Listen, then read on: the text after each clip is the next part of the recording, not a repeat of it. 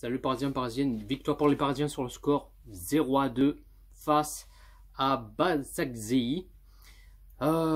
Victoire difficile, un match compliqué, mais bon, en tout cas, je suis content que le PSG gagne, qu'il s'impose. En tout cas, c'est essentiel, c'est principal. Et fallait avoir les 3 points, victoire obligatoire. Ils l'ont fait, ils ont répondu présent. Et Başakşehir, je crois que c'est la première fois de leur histoire qu'ils jouent la Ligue des Champions, hein, si je ne me trompe pas. Et première période, j'ai vu le PSG qu'ils ont un petit coup de mou, qui se réagit pas. Et voilà, je me suis ennuyé, je me suis fait chier aussi. Et voilà, le PSG, je sais pas, il marche, il trottine, il perd la balle, ça parle pas. Pendant une vingtaine de minutes, ce première période, voilà, ils sont cuits, ils sont complètement perdus, ils sont pas dans un grand bain, je sais pas. Et après, vers une quinzaine ou une dizaine de minutes de ce première période, ça va tout petit peu mieux. On a vu le PSG qui se réagit petit à petit. Bon, Di Maria qui a tenté une occasion, Mbappé aussi, bon, ils ont failli marquer, mais bon, ils ont fait ce qu'ils ont pu. T'as Florenzi qui a failli marquer, bon, il a tenté sa chance, mais il a raté. Et après, on a vu Başakşehir qui a pas fait grand chose, mais à part juste 1 ou 2 occasions dangereuses, mais ça a pu coûter cher. Ils ont failli prendre un but, voilà, pour les Parisiens, et fallait pas prendre un but, quoi. Mais bon, après voilà.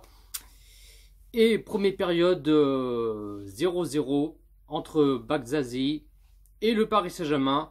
Pas de but pour Paris. J'ai vu cette première période qui m'ont déçu. Ils auraient pu faire mieux, ils auraient pu... Voilà, c'est vraiment dommage, mais j'ai failli m'endormir et voilà. Et une deuxième période, bon, il n'y a pas grand chose à dire. Le PSG qu'on crée des occasions. Après, bon, il y a Başakşehir qu'on crée très peu des occasions. Donc voilà. Et ah oui, j'ai oublié parler ce premier période. Un nouveau blessé, un moins. Malheureusement, c'est Neymar. Neymar qui se blesse à la 26e minute de jeu. Et Neymar qui sort à la place Sarabia. Et un joueur au moins. Qui, voilà, ça me fait chier. Et mais bon, en tout cas, c'est comme ça. Et là, je vais revenir sur cette deuxième période. Voilà, bon, Paris qui essaye de marquer des buts. Pour l'instant, il y a toujours 0-0. Et 64e minute de jeu, l'ouverture du score, 0-1 pour le Paris Saint-Germain, le but de Moise Kean. Je me suis dit, enfin, un but pour Paris, parce que j'ai cru que ça allait terminer un match nul 0-0, parce qu'il fallait avoir la victoire, avoir les 3 points, et enfin, Paris qui marque un but. Et heureusement, parce que voilà, faut réagir un petit peu, quoi, tu vois le truc. Et ensuite, 73e minute de jeu, double changement pour les Parisiens. Di Maria qui sort à la place Rafinha. Et Florenzi qui sort à la place Kehrer. Et Kehrer qui fait son retour. Et ça fait longtemps qu'il avait pu jouer. Je crois que ça va faire 1 mois ou 2 mois, hein, si je ne me trompe pas, que Kehrer il n'avait pas joué. Mais en tout cas, ça fait le plaisir qu'il fasse son retour et qu'il a besoin de temps de jeu. Et 79e minute de jeu, 0-2 pour le Paris Saint-Germain, le doublé de Moise Kean.